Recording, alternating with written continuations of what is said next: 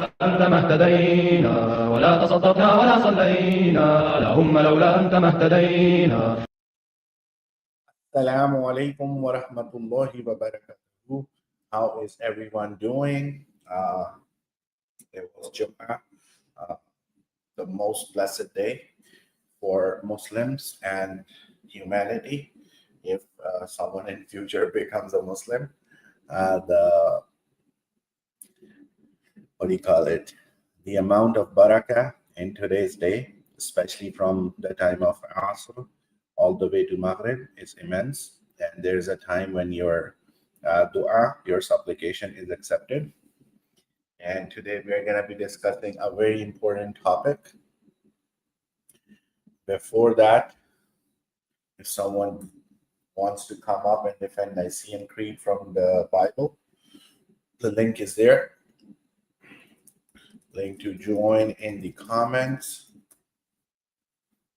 And inshallah, we're gonna start off. There is a video we're planning to react to. It's from Rabbi Tobias Singer's account. He talked with the Unitarian Dr. Dale Tuggy, I believe. Not a fan of him. I've watched a couple of his shorts. I have no idea why he is critical of Islam. He has no idea about it, to be honest. And prior to that, I'm just gonna reply to a couple of people if they wanna talk and stuff.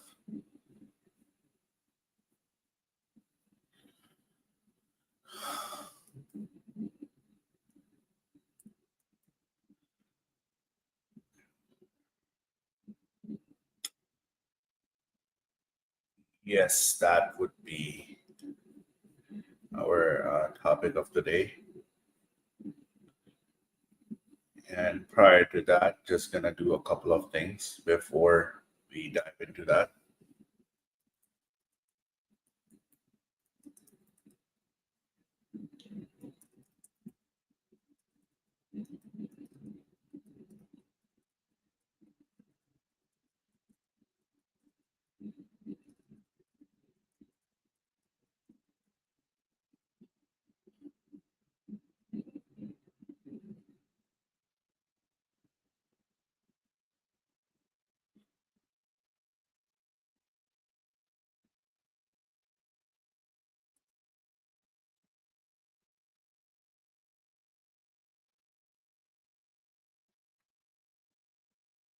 Second, I'm just gonna get a few things right in order to proceed.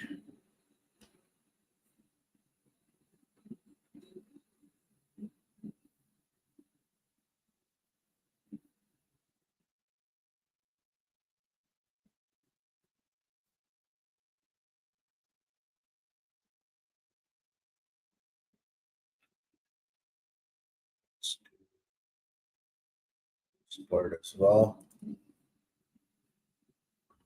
Sometimes it's you gotta make so many accounts and stuff. You just feel like out of it that you really don't want to do it. You know.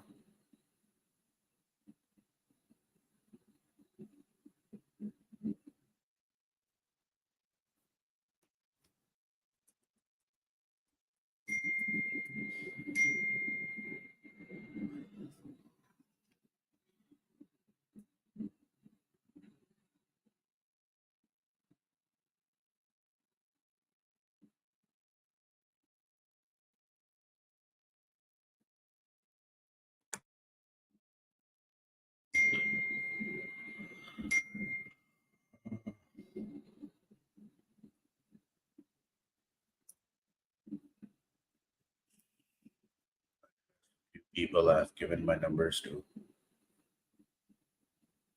Given my number to.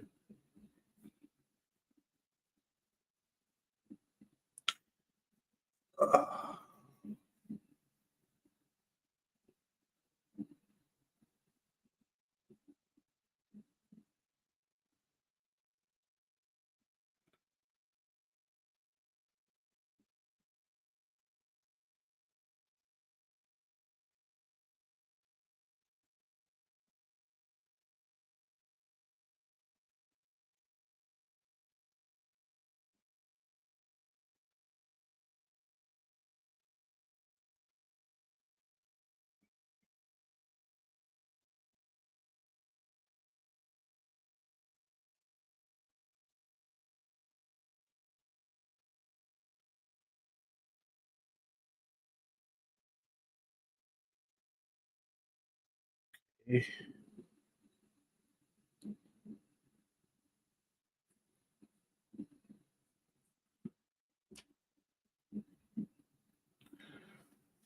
we are gonna begin reacting to the video, inshallah.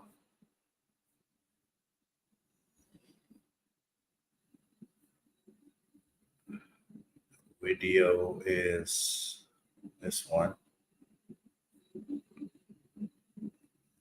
Put it up. Just a second.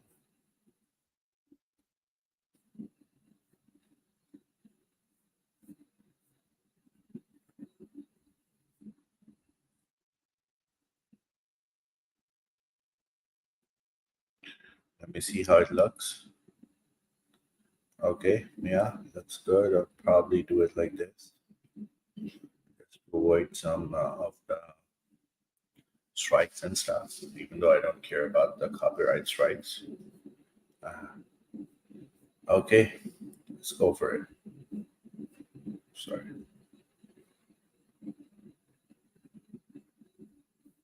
Text where the one like the Son of Man is the righteous remnant. It says that later in the chapter. No, I think it's the Messiah. I don't believe it's You think it's the righteous Messiah? remnant. Oh, of course it's the Messiah.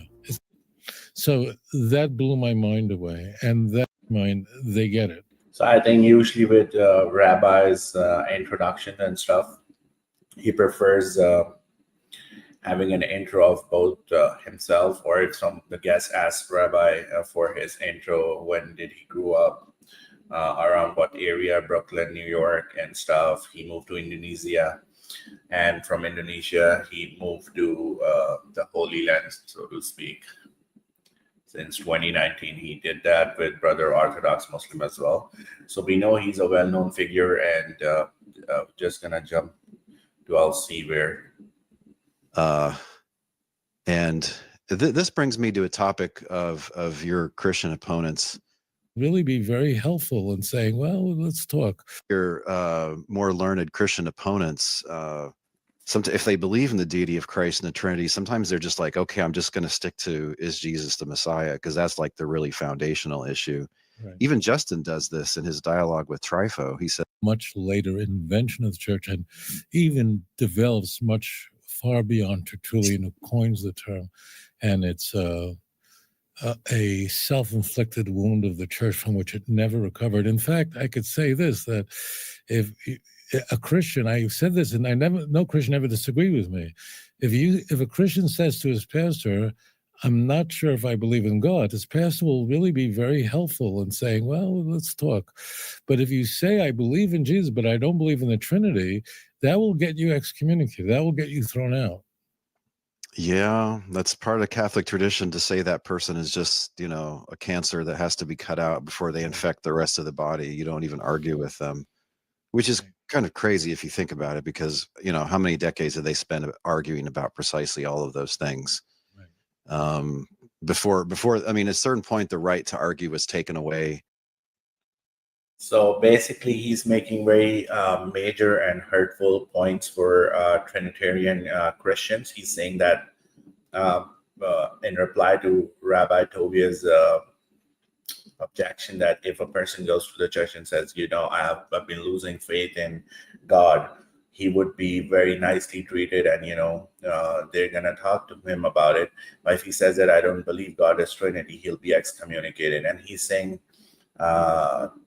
Dale is saying that, which it's crazy, because he thinks that's part of Catholic tradition, and he thinks that when it took church decades to come to this conclusion, why would they expect one person to just get it from the time they're born to when they're made aware of religion till the time they die, which is like, let's say, 3 or 4 decades at most.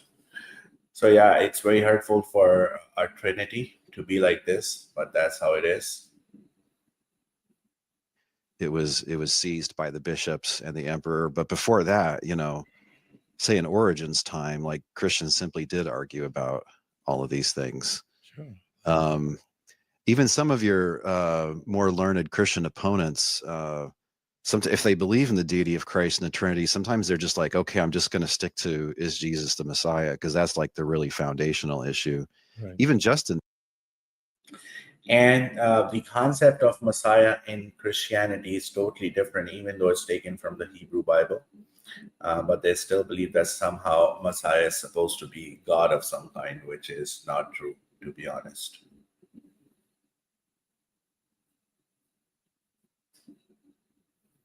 Does this in his dialogue with Trypho. He says, even if I can't prove this guy pre-existed, it is another God, another Lord, and so on. Well, at least, the main claim is that he's Messiah. So they kind of, Justin has his own kind of big convoluted theory on top of that, but he's willing to kind of fall back on that as well. It seems like another core disagreement, I'm sure you would agree, is about the resurrection claim. And this brings me to a topic of your Christian opponents.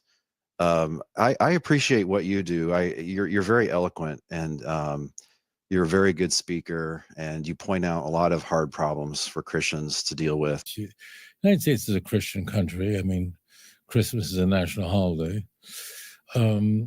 When we discover, fantastic. We're bewildered, but we're not that bewildered, because it seems like in the Gospels, Jesus has some different ideas about the Messiah job description even than his disciples had.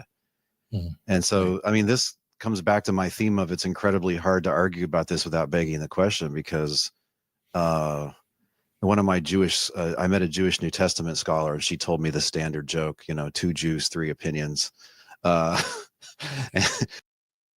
So here he was just trying to be respectful to Rabbi. Otherwise, he's very condescending to, let's say, Muslims or Trinitarians. He's just trying to be, passive aggressive. He's like, making a bit of Jewish jokes, but he's, buttering him up and stuff.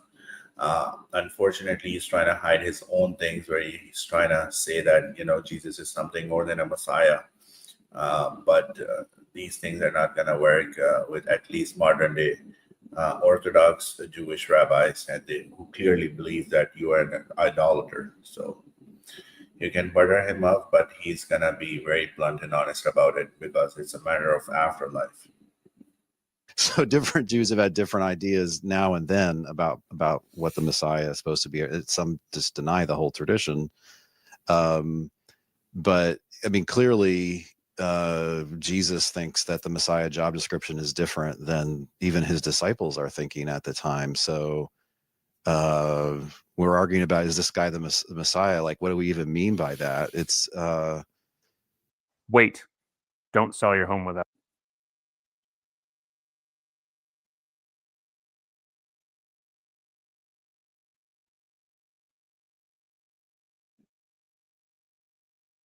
Matthew 16 comes to mind, where Jesus asks his disciples, "Who do you think I am?" And he's been hanging around with them for his entire ministry.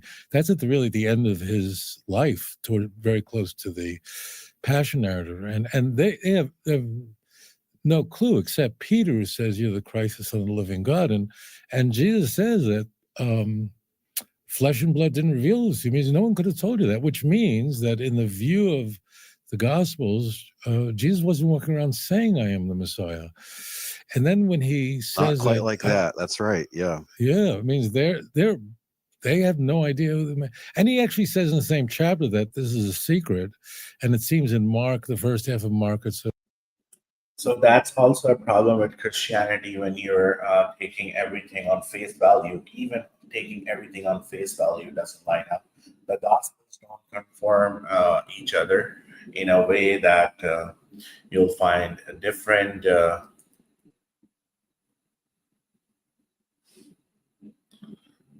rules, different regulations. Mark is shorter, even though it was first. But the Gospels, they start ideally with Matthew, all of them almost, and then the birth narrative, the passion narrative, the number of angels. All these things are very, very different than what is supposed to be in all of the Gospels. And then the last of it, the Gospel of John, is filled with high Christology, so to speak, and also all these I am statements, and then in the book of Revelation as well. So yeah, it's a confusion from start to end, which is why every Christian is confused as to what to do and what not to do.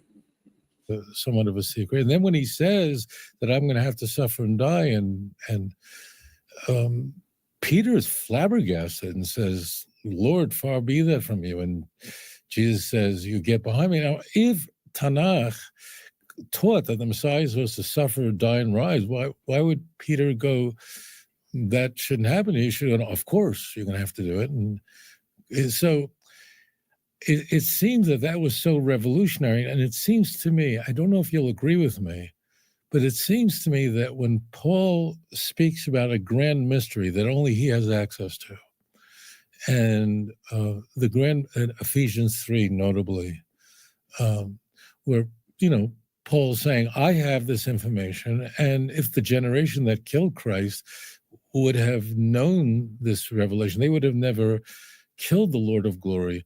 So Paul seems to be stating that he definitely is stating he has completely unique revelation that he didn't get from Jerusalem, he can get from anywhere.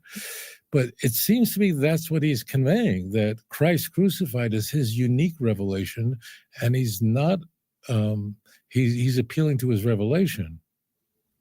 He is. He most definitely is. I mean, he talks about. That was kind of a gut punch from Rabbi to Dale Tuggy, and unfortunately, he cannot reply that much to this.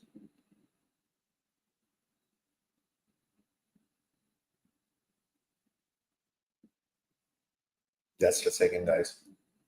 So I want you guys to hear this part again, okay? When he says that Paul is saying it's totally different gospel.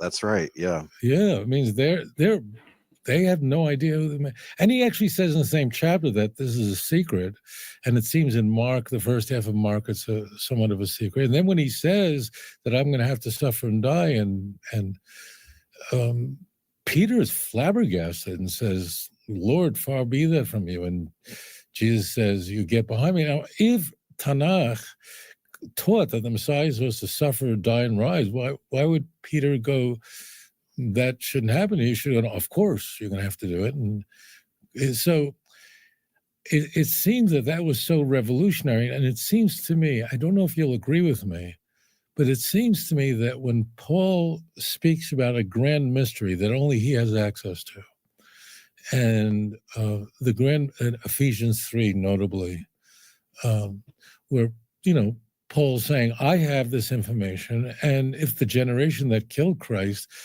would have known this revelation, they would have. So this is another proof Christianity is made up. It's basically a religion of Paul, where Paul just didn't name himself, but he pretended to be God, and he's worshipped. He's got the status, a high status. He got the title of an apostle, a title of saint, all of these things, and he was miles away from that. He was definitely not an apostle, and he's definitely not a saint. And at the day of judgment, you wouldn't want to be anywhere near Paul. And that's hard fact. Have never killed the Lord of glory. So Paul seems to be stating that he definitely is stating he has completely unique revelation that he didn't get from Jerusalem, he can get from anywhere. But it seems to me that's what he's conveying, that Christ crucified is his unique revelation, and he's not. So, guys, the thing is that I know how Rabbi Tovia Singer speaks and what he's going to quote, as long as, the topics of Messiah, Old Testament, prophecies of Daniel 7 being a Messiah, all of those things are concerned. Let me see if I can get bites of so-called Dr. Dale Tuggy, and see his mental level, because I saw him recently with Brother Hashim, I think, from Speaker's Corner, and he didn't sound much intelligent, to be honest. And I'm just going to skip to the parts where he's doing that and see what happens, okay? He's appealing to his revelation. It seems like Paul's chutzpah is off the charts. Yes. Yes. But I've found a way, Rabbi Singer, there is a way to get around the problem of begging the question. And I stumbled into this because of the arguments that I usually have, right? So the Unitarians, we have our favorite text, Jesus calling the Father the only true God in John 17:3, Paul calling him the one God in 1 Corinthians 8, and so on. We've got the ones that we love, and the Trinitarians have the ones that they love. And no matter how good a Unitarian text it is, they're always going to just look at it and insist on reading it as consistent with the Trinity. And so I realized that just proof text wars are just kind of a total stalemate. Like they just don't go anywhere. Like it kind of rallies your troops to like, well, here's my text, take that, and then the other guy's like, here's my text, take that, and he's on the majority side because he's a Trinitarian. So his boys are like, yay, but the way around it is by inference to the best explanation. So this is, here. And if you go by the inference to the best possible explanation, you would end up seeing that Jesus cannot be God. Even if you point all those verses and stuff, is just bad for you. Doesn't matter if you're taking observation or evidence into account or possible explanations or evaluation or conclusion. Inference to the best possible explanation would be even against any idea of Jesus being God. You can have it with Peirce's abduction, Harman's theory, Lipton's elaboration, or take any other practical everyday example of like a thief intruding in your house, or if you're hearing a loud thud downstairs when your dishwasher makes noise and stuff. Okay. So just go ahead and see what happens. Impossible to refute thing. But the interesting thing is, every time I hit a bottleneck,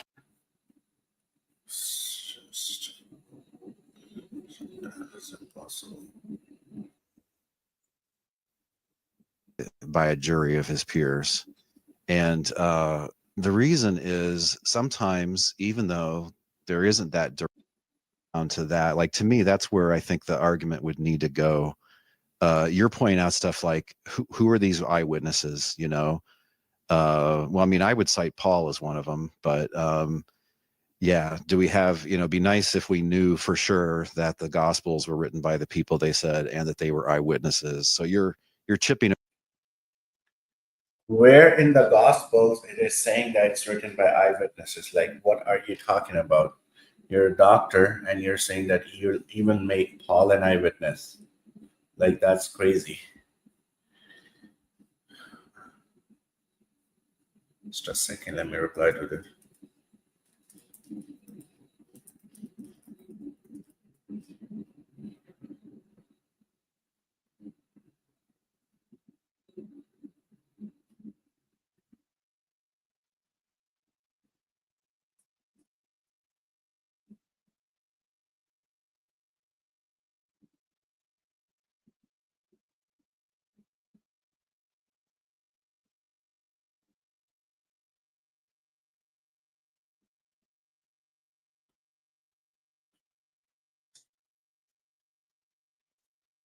Away at the quality of the direct evidence, because eyewitness testimony is a kind of direct evidence. It's like finding the smoking gun or whatever, finding the killer's DNA on the body.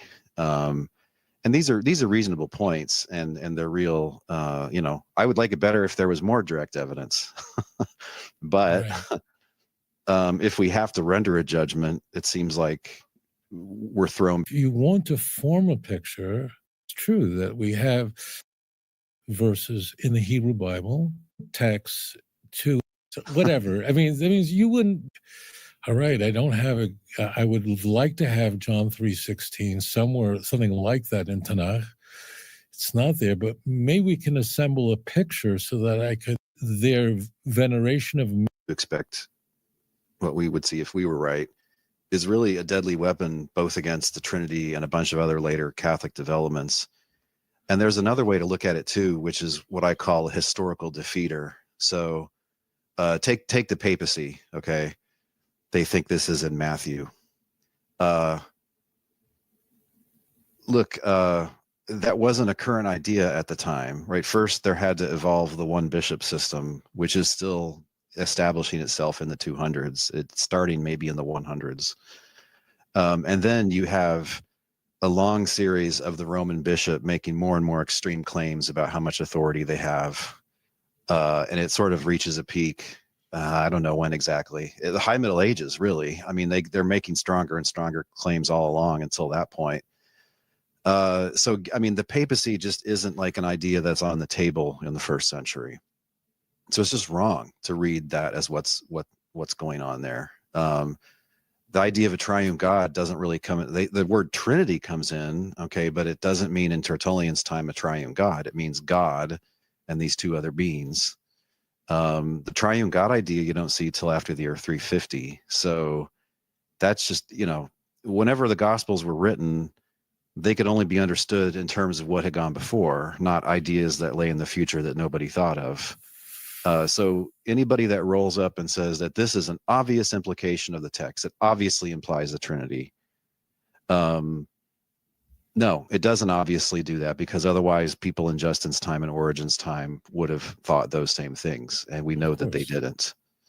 I wonder, I wonder how this interacts with Jewish interpretation. But this is another point on the theme of, it's very hard to argue this because we're always sliding into begging the question. So when a Christian and Jew sit down and think about having an argument about the Messiah, I mean, Christians come in sort of naive, like, that's the Old Testament. That's just what the Jews believe, right? They don't know about the Talmud and the Mishnah. Like we share 2/3 of the Bible. Like, how hard can this be? So, but the Jewish Bible is an incredibly contested book, and it strikes me that for any famous passage in the Jewish Bible, there's at least 4 interpretations floating around out there, or sometimes maybe a lot more than 4. So there's whatever the New Testament says about that text. That's one thing. There's what small c Catholic tradition says about it, right? Lady Wisdom in Proverbs 8, that's really the pre-human Jesus. It's not in the New Testament, but that's what, Athanasius thinks. Psalm 44:2, my heart has uttered a good word. That's totally about eternal generation. No, but that's what they think in the 300s and 400s, right? So the New Testament interpretation, Catholic interpretation, and then you've got the original meaning, which is what historical critical scholarship is trying to get to, whether it's Jewish or Christian. Like, that's kind of what it's always aiming for, modern interpretation. What did it mean to the authors and the recipients? And then you've got Talmudic interpretation, which, oh man, I've tried to read a little bit. So it's funny how he's bringing up Talmudic interpretation at number 4, and he's bringing up Christian interpretations, which are mostly wrong, about Messiah from the Old Testament up front, and saying that, this is what matters the most. I think Rabbi is going to go into Talmudic explanations and why it's so hard to read.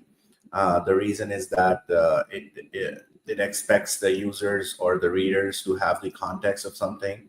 Like, let's say if you're doing bachelor's of something and then you go into master's program, be it a project work or a coursework or a thesis-based route, it expects you to be perfect in your bachelor's, especially the final year or last 2 semesters, 8 or 10 courses, give or take, and then you choose 1 or 2 of them broadly enough.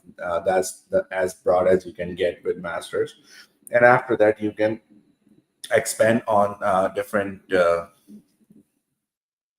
areas of that topic, and then you write a course or make a project or write thesis about it. So I'm just going to forward that part as well and see if he's making any other sound arguments about anything.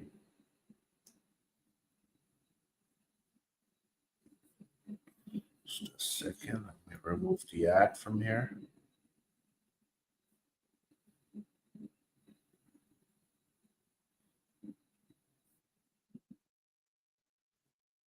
That work among them. or whether this was just a terrible mistake and no good can really come of this. It probably That's depends true on as well. kind of other extra scriptural experiences and convictions. I believe that in a person who all he can do is read biblical and understand biblical Hebrew fluently was given a Tanakh, I don't think that anyone would think Christianity. When I use the word Christianity, I just mean it. I don't mean it. No one would be looking for a Messiah who would die and rise. The passages of what the Mashiach is supposed to do are so clear and so enormous that claims like the Messiah is supposed to rise from the dead, that's a fantastic claim. That's not an ordinary claim.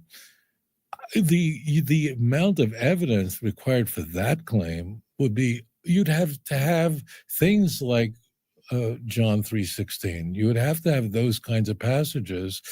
John 17:3. You use that passage to demonstrate that the author of the fourth gospel was a monotheist. But that passage is saying, that Jesus is the Christ, the Messiah, of the only true God. So you would just, I don't think anybody reading the Hebrew Bible without any exposure to Christianity would ever even think that that's there. It would. Yeah, I mean, if I was raised Jewish, honestly, it would depend probably also what I thought when I read the New Testament. Am I impressed with this Jesus, or do I think he's kind of full of it? Do I think he's deluded? Do I think he's a bad guy? When I think about arguing with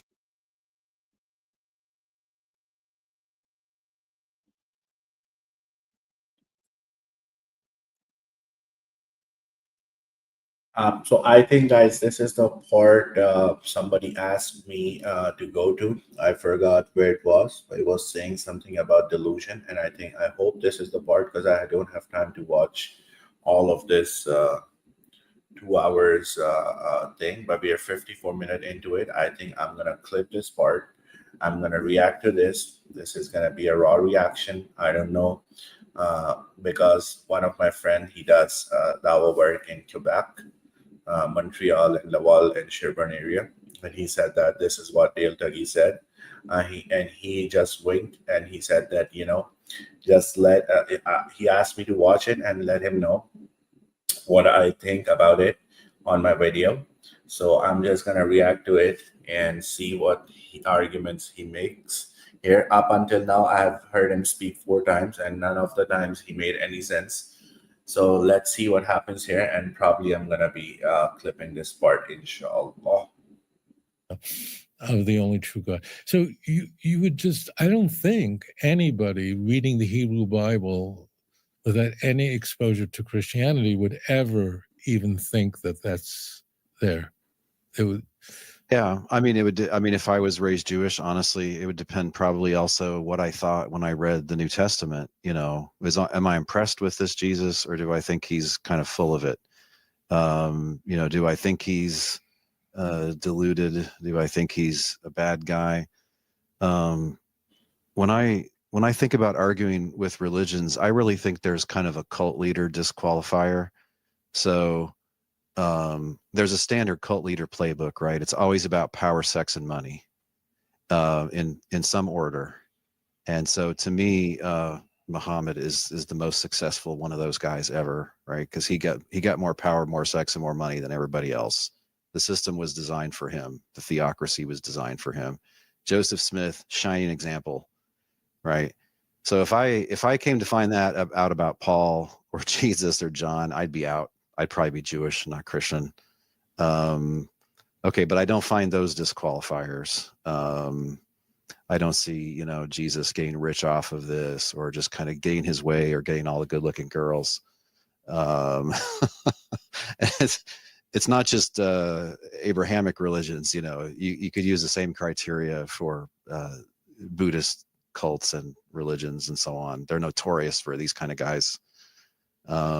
So it passes that test, but yeah, it would depend on what I thought of Jesus and what I made of the whole resurrection thing.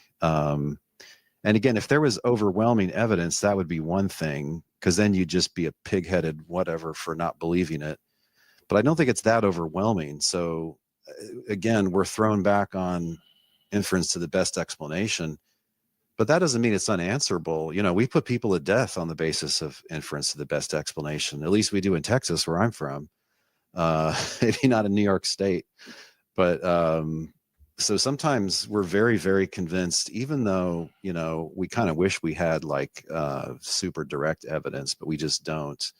But we still look at the whole constellation of available facts and we're like, oh, that guy did it, you know. You're right. It's an unusual claim. It's an extreme claim. I mean, people don't just rise from the dead all the time. We have in the Jewish Bible, prophet raising someone from the dead, but so we know it can happen if we just believe in God. All right. I think I have had enough of the thing. I got 3 minutes of him speaking and absolutely making a fool out of himself. I would rather call him Dr. Stupid.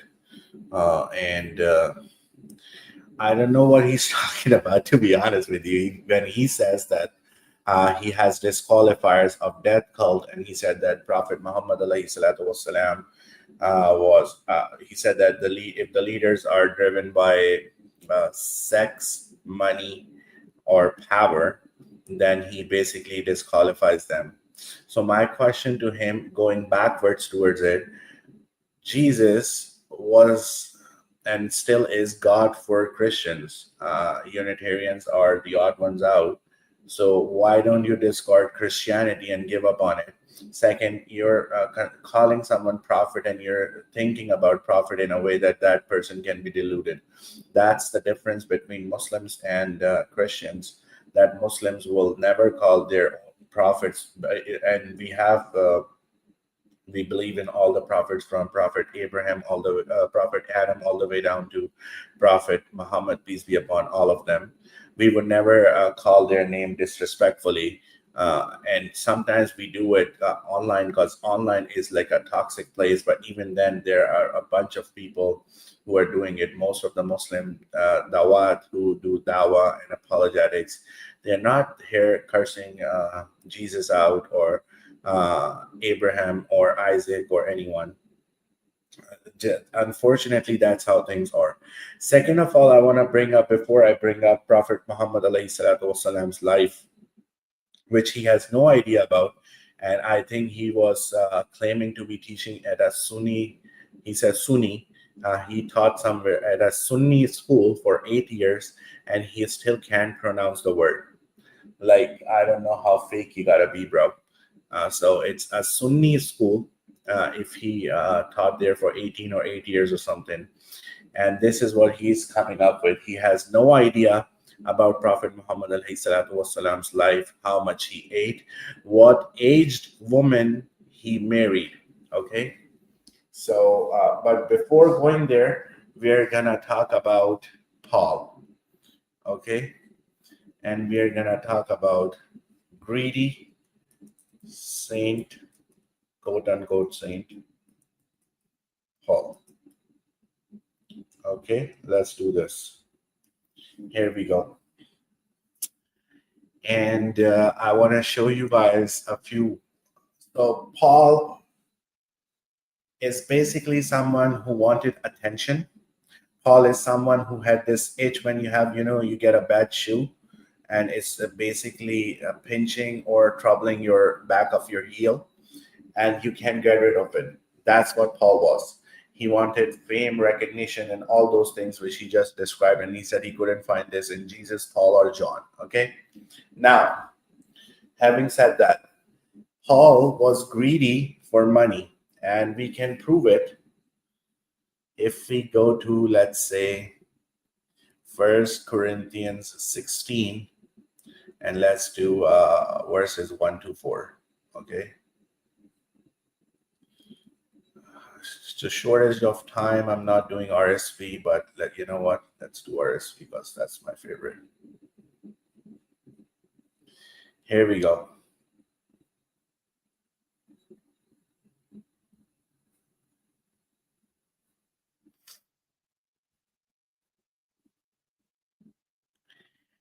reads, "Now concerning the contribution for the saints, as I directed the churches of Galatia, so you're able to do, on the first day of every week, each of you is to put something aside and store it up, as he may prosper, so that contributions need not be made when I come. And when I arrive, I will send those whom you accredited by letter to carry your gift to Jerusalem. If it seems advisable that I should go also, they will accompany me." So that's part one of his greed. Part two would be 2 Corinthians chapter 8. Let's do that. Let's go to RSV again. It's the gold standard in academia. Study Bible, so to speak. Okay. And let's read this.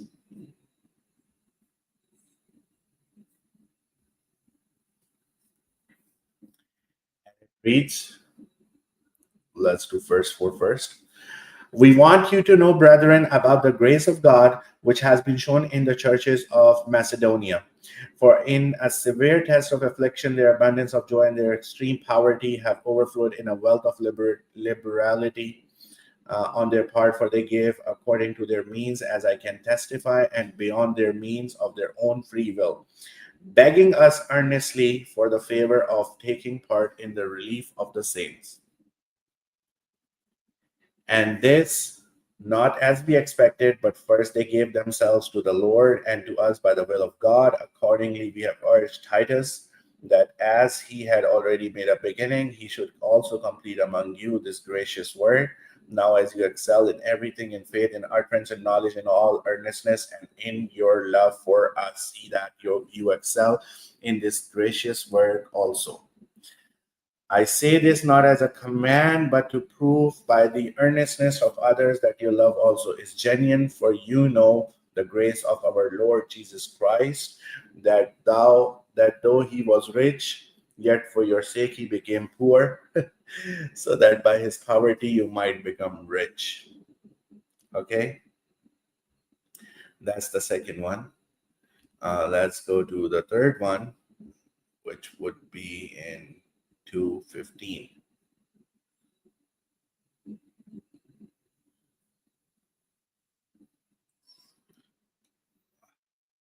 Actually, just do Romans 15 instead. It's gonna be long, but it's gonna make a narrative and a tone for that. Okay, let's do this, and then we can move to Prophet Muhammad alayhi salatu wasalam.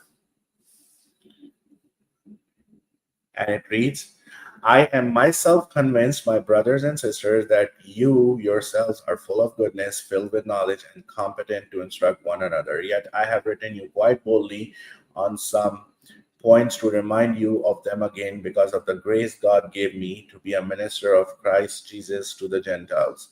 He gave me the priestly duty of proclaiming the gospel of God, so that the Gentiles might become an offering acceptable to God, sanctified by the Holy Spirit.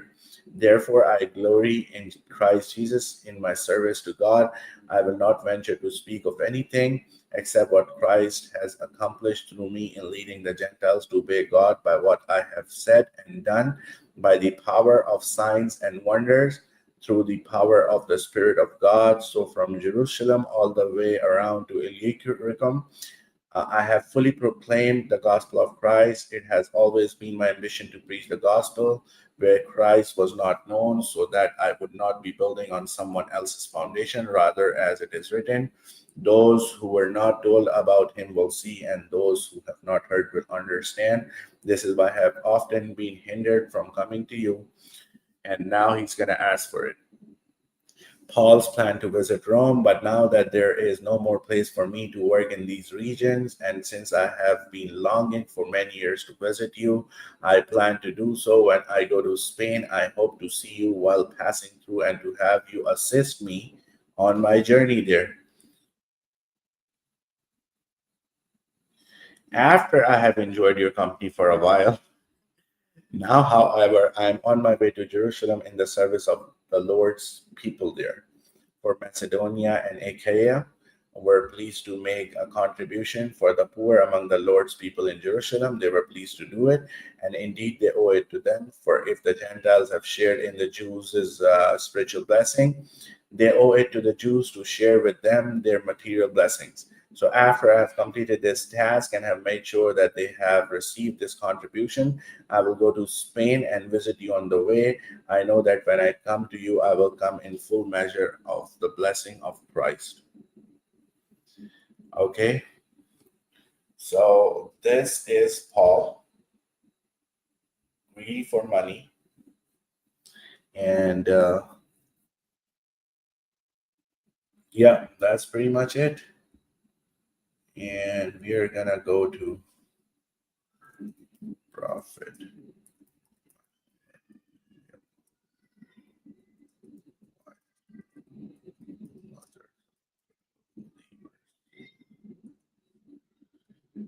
Okay, moving on to this claim. And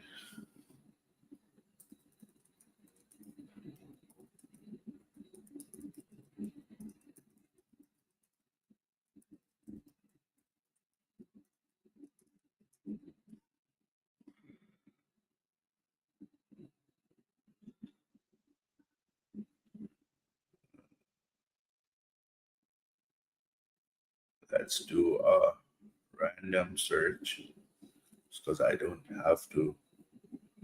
I have to be somewhere.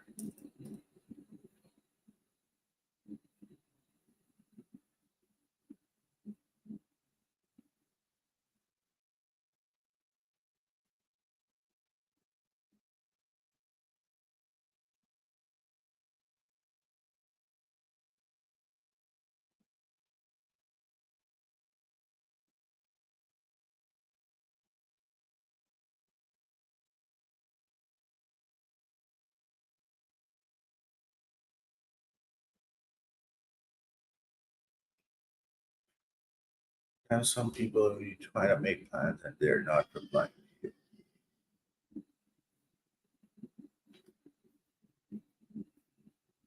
Just a second.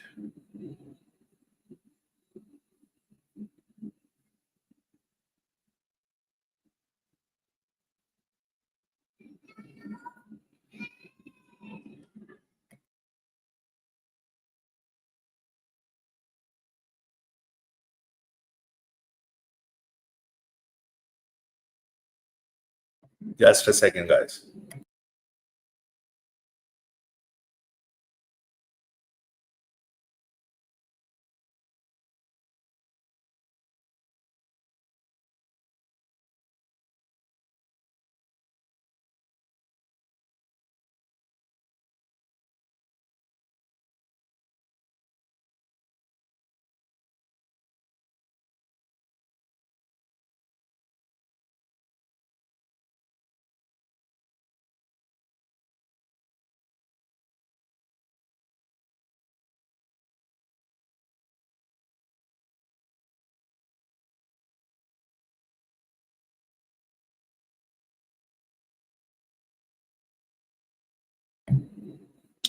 Okay, I'm back. Sorry, I had to send a voice note.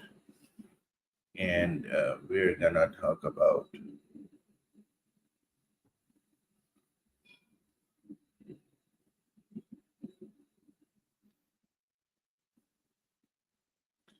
wives of Prophet Muhammad alayhi salatu wasalam. So we're gonna start with Khadija bint Khuwailid, and some say she was around the Prophet's age. Some say that she was 40 years old and twice widowed. The second would be Sauda bint Zama. She was around 50 when Prophet ﷺ was 50 years old, and she was widowed after the migration of Abyssinia. Her husband was Sakran. And after that, Aisha bint Abi Bakr reports vary about her age, can be 9. She was engaged before this, and then that engagement was broken, and then she was married. She was the daughter of Prophet alayhi salatu wasalam's best friend, Hazrat Abu Bakr. May Allah be pleased with him. And Hafsa bint Umar, Hazrat Umar, may Allah be pleased with him, was also Prophet's best friend, and she was his daughter. She was around 20 years old, and she was a widow of Hunais ibn Hudafa, who died in the Battle of Badr. Zainab bint Khuzaimah was around 30. She was also known as Mother of the Poor for her charity. Salma, she was around 20 years old, 29 years old, widow of Abu Salama. And there's Zainab bint Jash. She was around 38. And sometimes apologetics try to, say stuff about this, but I'm just talking about. So moving on, Juwayriya bint Al-Harith was around 20. And she was the daughter of the chief of Banu al-Mustalik, captured in the battle, freed by Prophet, and then she married him. Habiba was around 35. She was the daughter of Abu Sufyan, a famous Quraysh leader of opposition. Safiya bint Huway was around, I'm not sure about her age, somewhere close to 20. And she was daughter of a Jewish leader of Banu Nadir. And she was captured after Khaybar and freed by Prophet Muhammad والسلام, and offered marriage, and she accepted Islam, known for her dignity and devotion. Maimuna, may Allah be pleased with her, was around 26. She was the sister-in-law of Prophet's uncle. She was previously married twice. Both husbands had died. So this is the summary, and most of his marriages were with widowers and divorcees, and marriages were shaped by social and political and compassionate reasons, supporting widows, uniting tribes, cementing alliances, and reforming pre-Islamic customs. Only Aisha Radhiyallahu ta'ala anha was a virgin at marriage. All the others were, like I said, widows and divorcees. And his longest and most monogamous marriage was with Khadija. So this is the gist of it. I think I'm gonna make a video out of it. Also talking about Prophet's lifestyle.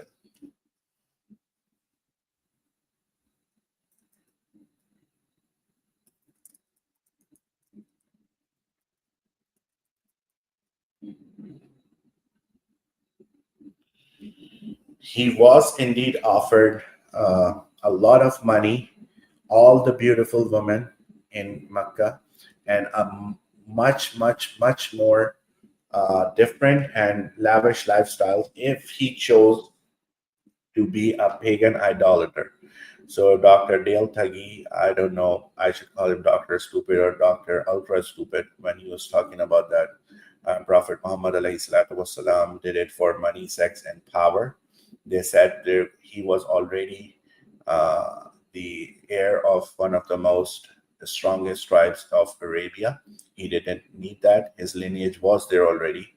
And all the other things, he gave up on that to spread the one true message of one God, which Prophet Adam, Prophet Noah, Prophet Abraham, Prophet Isaac, Prophet Moses, everyone preached this message.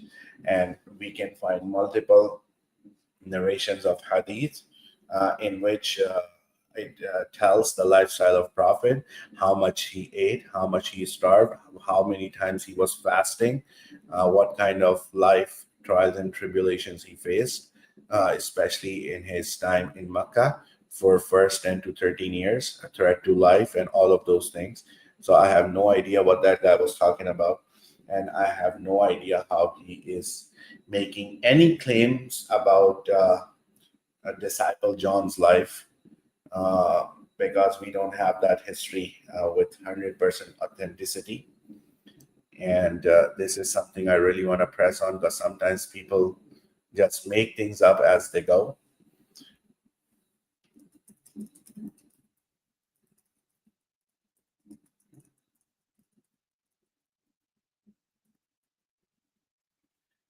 we're gonna have some fun too with Christian shorts and stuff. Just a second.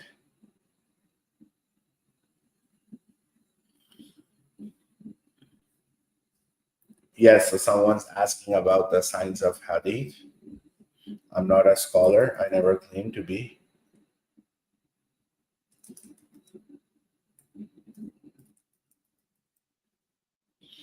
I'm just gonna include this in my clip.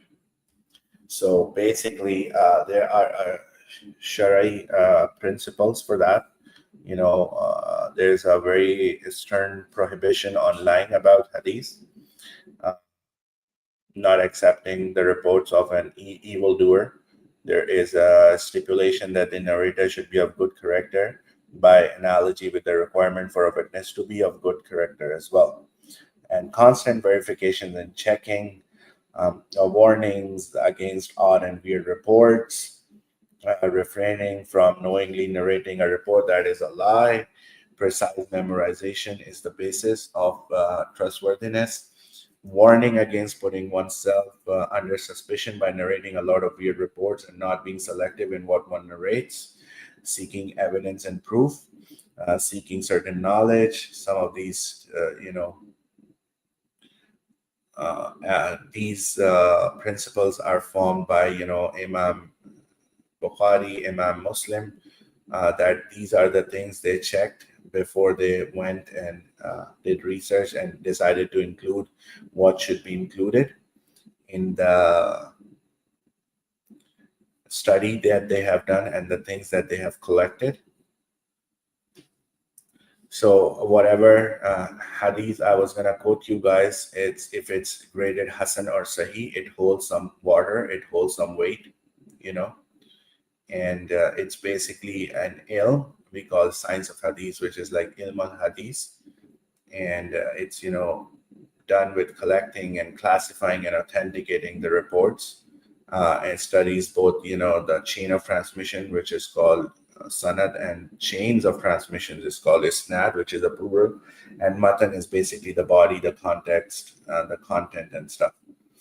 So we have reports of each character, how there are a few hadiths which are with tawatur, which means there are a lot of them.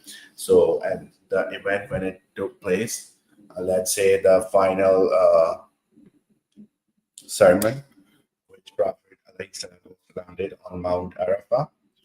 So you have to, take into account a lot of things, like, every narrator in the chain is scrutinized. Were they trustworthy? Were they living in the same time and place they claim to narrate from? Biographical dictionary, which is called the Science of Men or Ilmul Rijal. We have that, their memory strength, their honesty, their lifespan, their travels, their character traits, all those things. And the things they are telling, do they contradict Quran? Does it clash with stronger, better transmitted reports? Does it contain any linguistic or historical anomalies? And then there are categories of like I just mentioned, Sahih is there, which is fully reliable. Then there's Hasan, which is good. There's Da'if, weak, and there is Maudu, which is fabricated. And there are a few more subcategories in that. It depends on what subject we are looking at. So all these things are, and then people who did that and collected that were scholars. And being an Islamic scholar is much more different than being any other scholar. So it's definitely very, very hard. Okay, now let's go to Instagram, and after that we're gonna wrap up our live. Have a couple of dinners to attend. Probably gonna eat in one and won't be able to eat in the other one. Probably will make do with Arabic kahwa, inshallah. So yeah.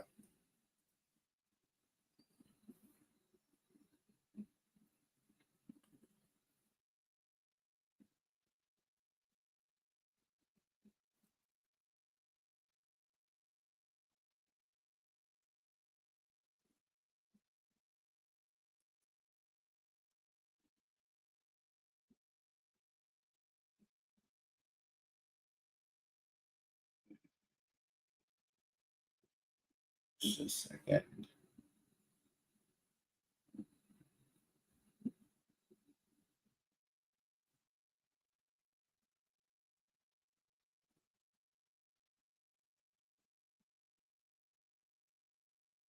Just a second, guys.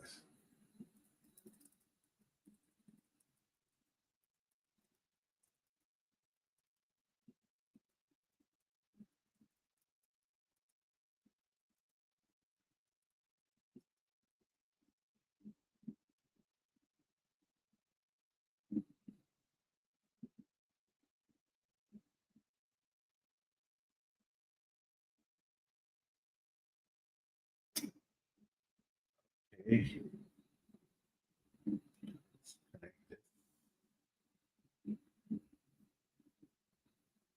This is what I wanted to talk about. It says the different jobs God will give us in heaven. It's a Christian post, and especially Protestants, they believe this, and it's tied to their faithfulness on earth. And here it goes. They will be gardeners and cultivators. They will be artists and musicians. They will be builders and architects. They will be leaders and rulers, teachers and storytellers, explorers and adventurers, craftsmen and inventors, worship leaders and priests, caretakers of animals, and this is pretty much it. So this is a foreign concept for Islam, because in Islam, Jannah is a Jannah is a place or a paradise where there will be no burdens or work. It will be a complete fulfillment for us, inshallah. We'll have higher ranks, no jobs. We'll have servants to do our work, whatever we want. Even if we want to be served a glass of milk or honey or anything, servants will bring it. Acts of worships are going to be effortless because we have made it there. That's not a test there anymore. And we'll have special honors, but no jobs. Okay. So that's that.